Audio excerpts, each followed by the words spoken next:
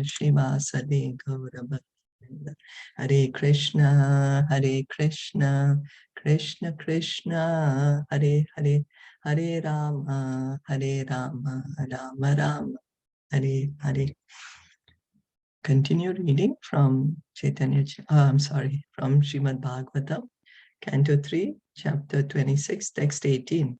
Antapurusha Rupena Kala Rupena Yogahi Samanveti Esha Satvanam Bhagavan Atma Mayaya. Translation and purport by His Divine Grace, A.C. Bhaktivedanta Swami Srila Prabhupada. By exhibiting his potencies, the Supreme Personality of Godhead adjusts all these different elements, keeping himself within as the super soul and without as time. So we have been hearing Lord Kapila Dev, he's giving the transcendental knowledge, Sankhya knowledge to Devahuti. And at this section, he's been explaining to her the elements of the material world. Here it is stated that within the heart, the Supreme Personality of Godhead resides as the super soul.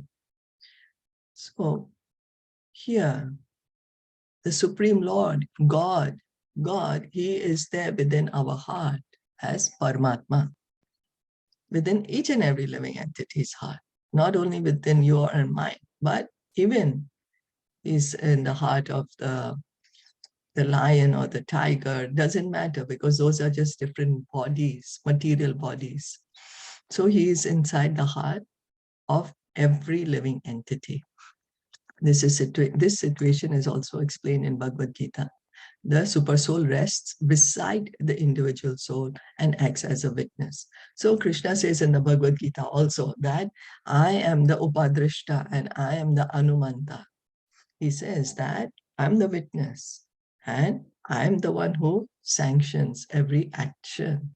It's so automatic that we think it's I'm who's doing it, but everything is happening with the sanction of the super soul, the Paramatma in our heart. And he's witnessing all our activities. We may think, oh, nobody knows what I'm thinking. Nobody knows, but he knows because he's sitting right next to us. Right next to us. So inside this material body is we, the individual soul, and the super soul. So we, the Jivatma, and next to us is the Paramatma. There's a difference. We are not the Paramatma. There's a difference. We are the Jivatma and the Paramatma sitting next to us. This is also confirmed elsewhere in the Vedic literature. Two birds are sitting on the same tree of the body. One is witnessing and the other is eating the fruits of the tree. This Purusha or Paramatma who resides within the body of the individual soul is described in Bhagavad Gita 13.23 as the Upadrishta, witness, and the Anumanta, sanctioning authority. So Krishna, he himself is giving this knowledge in Bhagavad Gita also. He's saying that I'm seated in everyone's heart, and from me, you're getting knowledge, remembrance, forgetfulness. And he's saying, I'm the witness. I'm the witness of all your activities. And I'm giving you, by my authority, everything is happening. The conditioned soul engages in the happiness and distress of the particular body given him by the arrangement of the external energy of the Supreme Lord. But the Supreme Living Being or the Paramatma is different from the conditioned soul. He is described in Bhagavad Gita as Maheshwar or the Supreme Lord. He is Paramatma, not Jivatma. So we, the individual soul, we are forced inside a material body based on our desire and our past karma. So material energy, she gives us this. What about the Paramatma? Is it that he is also forced inside because of his desire and his past karma? No. The Paramatma is the Supreme Lord. He's the Supreme Lord. This is what we have to understand. He is coming as a friend with us. It's out of his choice that he is sitting next to us in this body. He's our guide in this material world. He is Paramatma, not Jivatma. Paramatma means the super soul who is sitting by the side of the conditioned soul just to sanction his activities.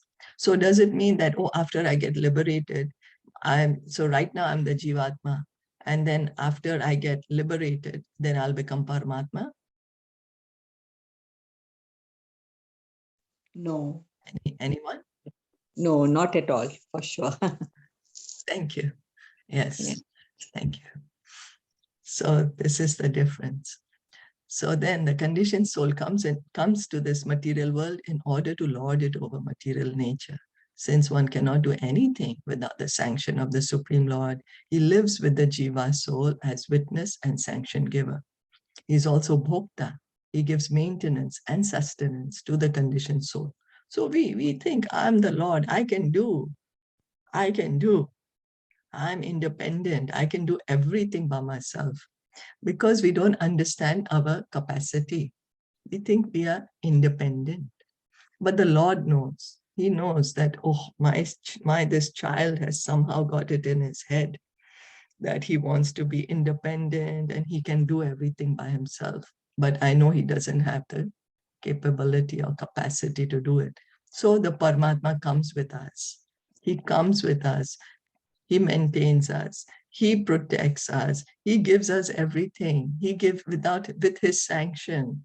The demigods help us move our hands. We think we are moving our hands or our mouth even, or anything. Everything is so automatic and so fast. We don't realize. You know, it's like a child, the baby, he's seeing the father drive the car. So he says, I want to drive also. Now the father knows he can't drive, but the child throws a tantrum, I want to drive. So the father makes the child sit on the lap and puts the hand on the steering wheel. So the driving is being done by the father, but the child thinks, oh, I'm so great. I can drive. I'm great. Yeah, that's our position. This is our position in the material world. Since the living entity is constitutional part and parcel of the Supreme Personality of Godhead, the Lord is very affectionate to the living entities. Unfortunately, when the living entity is bewildered or illusioned by the external energy, he becomes forgetful of his eternal relationship with the Lord. But as soon as he becomes aware of his constitutional position, he is liberated. So this is why we all want to get liberated. We have to revive our eternal relationship with the Supreme Lord. So someone might say, oh, is it that only few people have this relationship? Particular people born in a particular country or a particular planet have this? No, each and every entity, each and every living entity has an eternal relationship with the Lord. Our forgetfulness of this relationship is material life. That's why we are here in the material world. As soon as we recognize this relationship, that's our original position, and that's liberation. Constitutional position, original position, cannot change that. The minute independence of the conditioned soul is exhibited by his marginal position. So we have minute independence. It's not that we don't have, we have, but it's very minute. And what's our independence?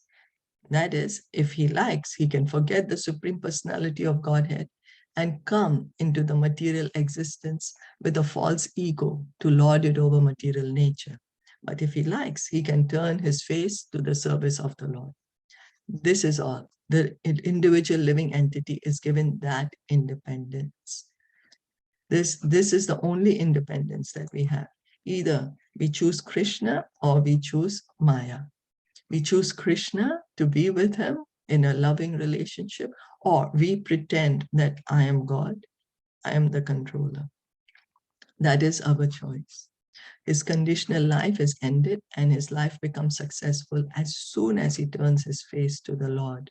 But by misusing his independence, he enters into material existence. So we may say, oh, what do you mean I have only this? I can do whatever I like. I can speak whatever I like. I can eat whatever I like. I can see whatever I like. I'm fully independent. But we don't understand that what we are saying, I'm fully independent, is the Paramatma is giving us these facilities through the agency of the material nature. And we are thinking we are independent. How are we independent? We don't want to become old. We don't want the body to become old, but we are forced to. We don't want disease. Pandemic is going on. We don't want that, but we can't. We are forced to. So we can understand we are not actually independent. Sure, we have this tiny independence, and that independence is, if you'll have seen that animal is tied with a rope. So as long as the rope is, that much independence he has. He can go around only in that area. So the longer the rope, the longer he can move around. So in the mode of ignorance, that rope is very short. Animal life, practically there's no independence. Nothing they can do except the animalistic propensities. In human life, we have a little bit longer rope in the mode of passion. Then if in the mode of goodness, the rope is longer, yet it is a rope, yet it is tied, we are tied. And within this time, if we understand, oh, what am I doing? Let me instead surrender to the Supreme Lord. That is my true independence. Then we don't need to be bound by this rope. We don't need to. That is suffering. That is liberation. When we understand our relationship, then no more this rope is not needed anymore. So he remains with the conditioned soul. The concern of the Lord is neither to enjoy nor to suffer from the material body. He remains with the jiva simply as sanction giver and witness, so that the living entity can receive the results of his activities, good or bad. So real independence is when we choose Krishna. That is our eternal life. Then we don't have to be bound by the modes of nature. Outside the body of the conditioned soul, the Supreme Personality of Godhead remains as the time factor. According to the Sakya system of philosophy, there are 25 elements. The 24 elements already described, plus the time factor, make 25. According to some learned philosophers, the supersoul is included to make a total of 26 elements. So here Lord Kapila Dev is saying 24 is there, all the material elements which we reviewed yesterday, plus time. Time is the impersonal feature of the Supreme Lord, is the impersonal aspect of God, is the sweet will of God here in this material world. Time is eternal, yes, time is eternal. But here we can see that it acts in a deterioration way. And then some say that the 26th element is the supersoul, the Paramatma. So the idea of Sankhya is gradually to do this research work to understand, oh, what is all this material elements about? What is this body? What is this material nature? Breaking it down into 24 elements. Then, okay, time is there. So that's the 25th. Then understanding, oh, there is a super soul also. So understanding that I am spirit, I am not anything of this material world, and neither am I the super soul. To come to that understanding that I am an individual soul and I'm separate from the material elements, I am separate from the super soul. Is that okay?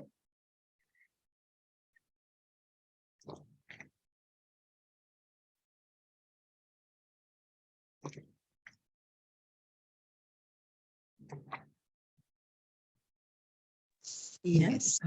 Yes. Did you have any comments on that?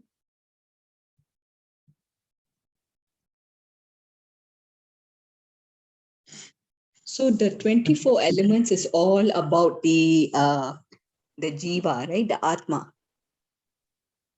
The 24 elements is all about the material nature, material elements. But like the Atma, the soul is made of these material elements. Oh, no. No, right? No. That is, No. Okay. So this is to understand that this body This material body is made up of these 24 elements. And whatever we are seeing in this material world is made up of these 24 elements. But the soul Atma is separate from these elements. So why is the soul not mentioned? Like, see how it mentions the super soul. There is the super soul, there is the 25 elements. Then they should also mention, no, the soul. Yeah, I'm not sure if it's coming ahead, but yes. Yeah, so then what happens is the Sankhya yogi, he understands that I am separate from all this. So who am I? I'm the soul. Soul, I'm spirit. I'm spirit. And then usually that's what it is. I've read it. I'm not sure that, okay, I'm not these 24 elements. So who am I? I'm the soul. And but I'm not the controller. Then who's the controller? It's the super soul. Super soul, right. Like that. Yeah.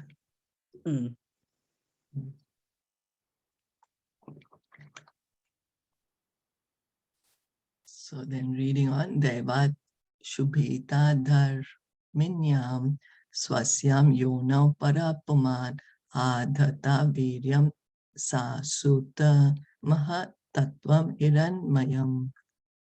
After the Supreme Personality of Godhead impregnates material nature with his internal potency, material nature delivers the sum total of the cosmic intelligence, which is known as Hiranmaya.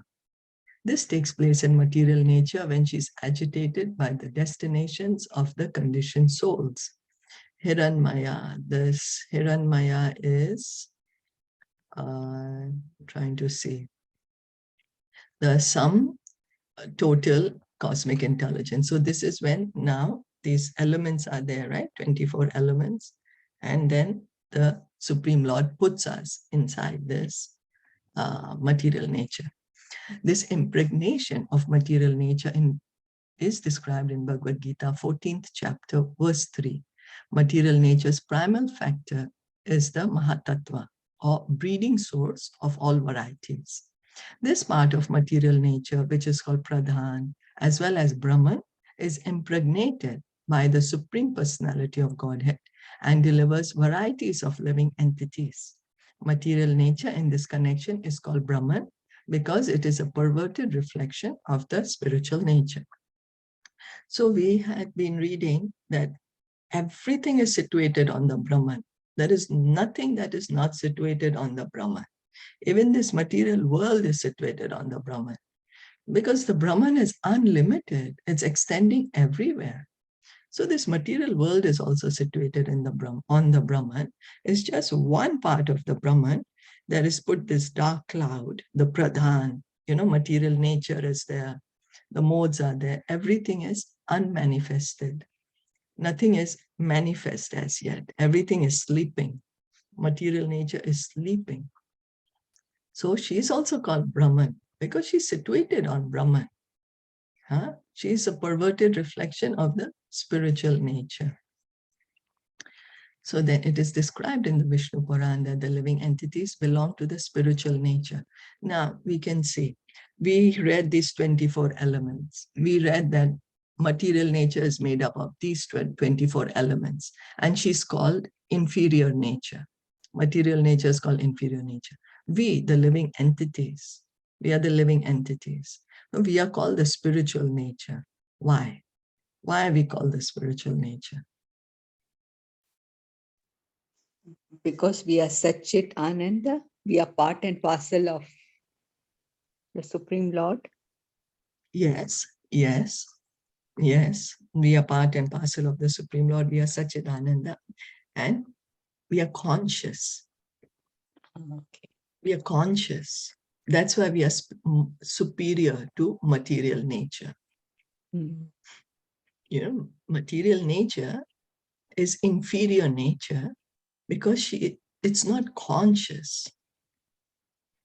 The 24 elements we read, the senses, the mind, intelligence, false ego, all that, nothing is conscious. What is conscious is the soul. We, the living entity. And that's the reason we are the superior nature.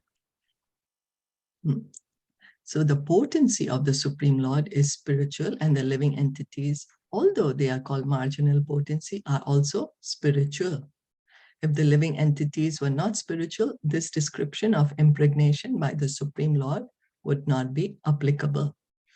So the Supreme Lord, he is spiritual, as you rightly said, he's Satchidananda. So we are also Satchidananda, and he puts us inside this material nature. That is the impregnation of this material world. The Supreme Lord does not put his semen into that which is not spiritual, but it is stated here that the Supreme Person puts his semen into material nature. This means that the living entities are spiritual by nature. After impregnation, material nature delivers all kinds of living entities, beginning from the greatest living creature, Lord Brahma, down to the insignificant ant, in all varieties of form. So how does this impregnation happen? Just by glance, just by looking, the Lord, he puts us inside this material nature. We are not, you see, we understood now material nature is made up of mind, intelligence, false ego, the senses, the working senses, the sense objects, all these things. Those are all material. Now, how did I come inside this? By the Lord. The Lord puts us. So I am conscious. I am Satchidananda, and I'm put into this material world, which is dead. It appears to be living. Why? Just because the soul is there and the super soul is there.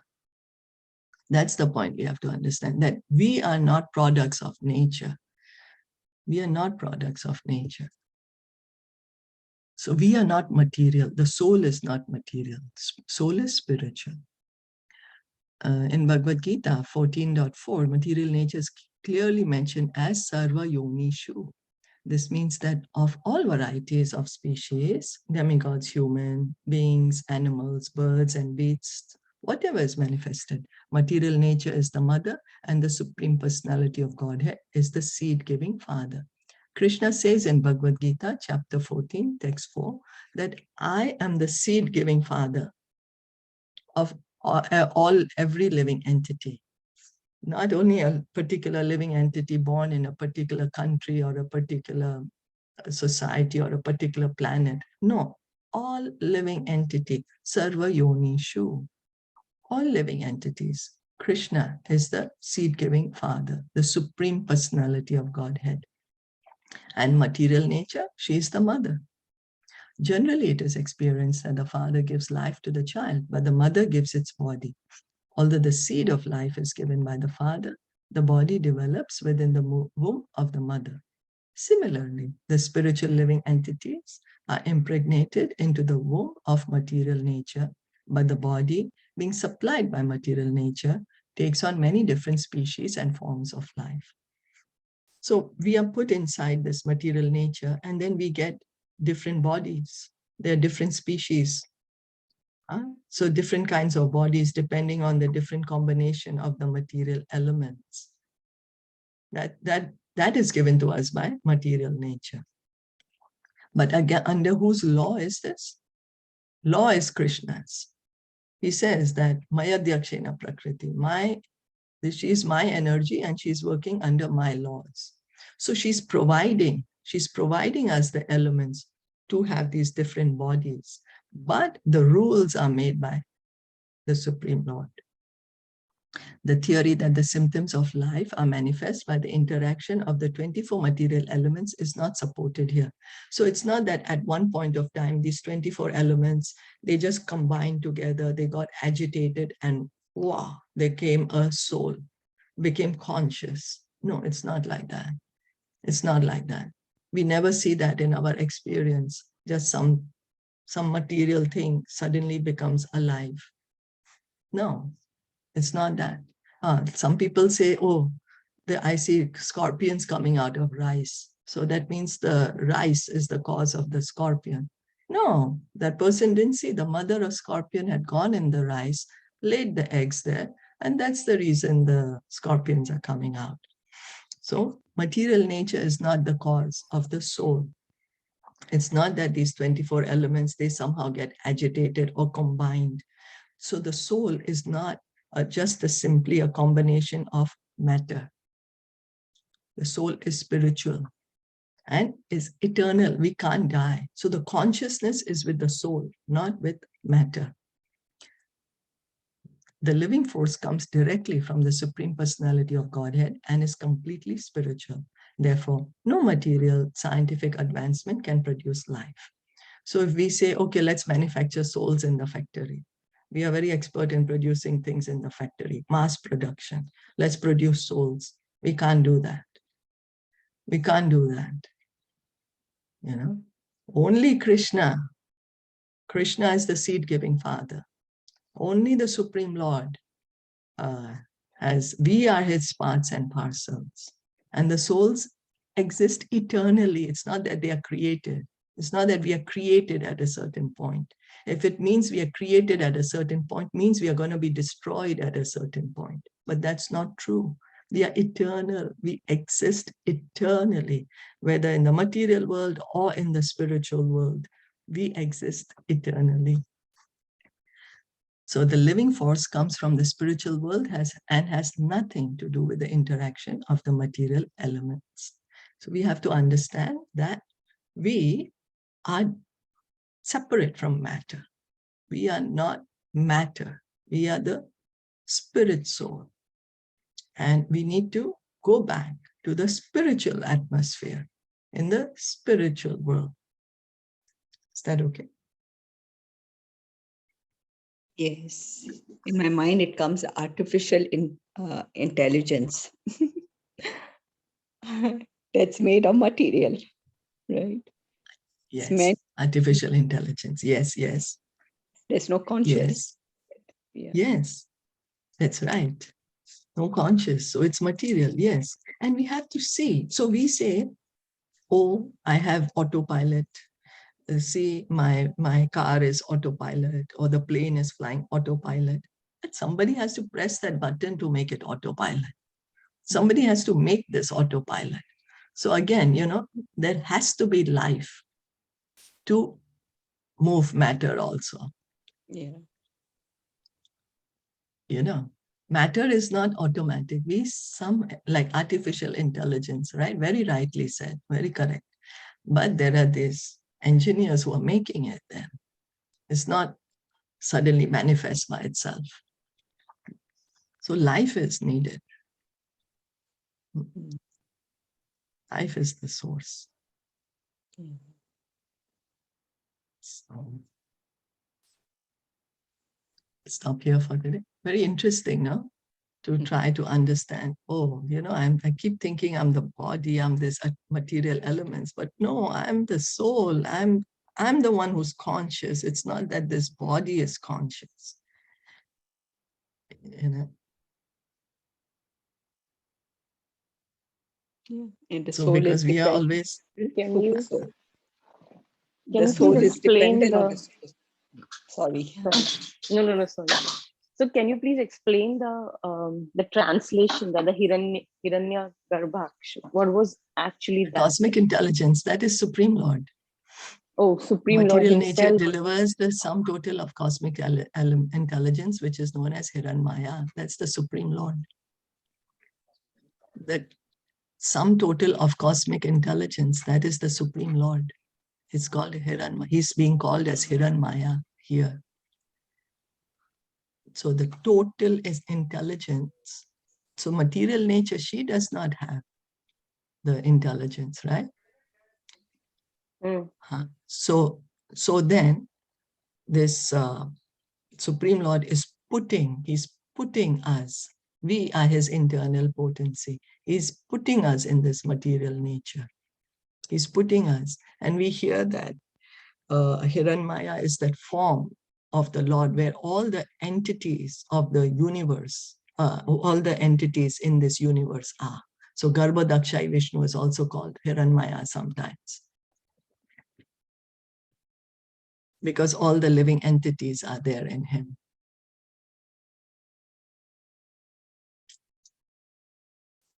Okay.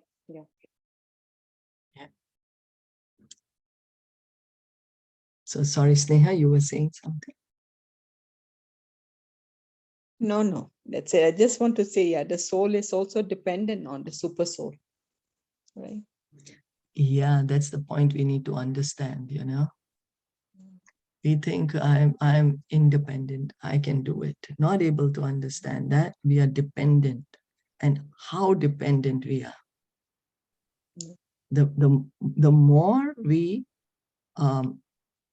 understand how dependent we are, the more our material disease is going away, the more we are getting towards our original self, the more we are realizing our original self.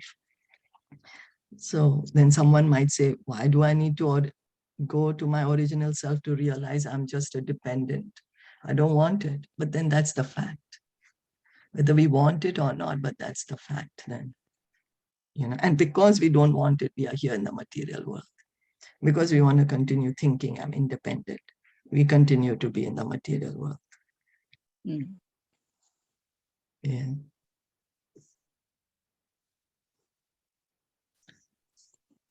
So we'll stop here for today. Thank you so much for listening and enjoying. And Srimad Bhagavatam ki jai, Shilpa Prabhupada ki jai, Gaur Bhakta Vrinda ki jai. Hare Krishna.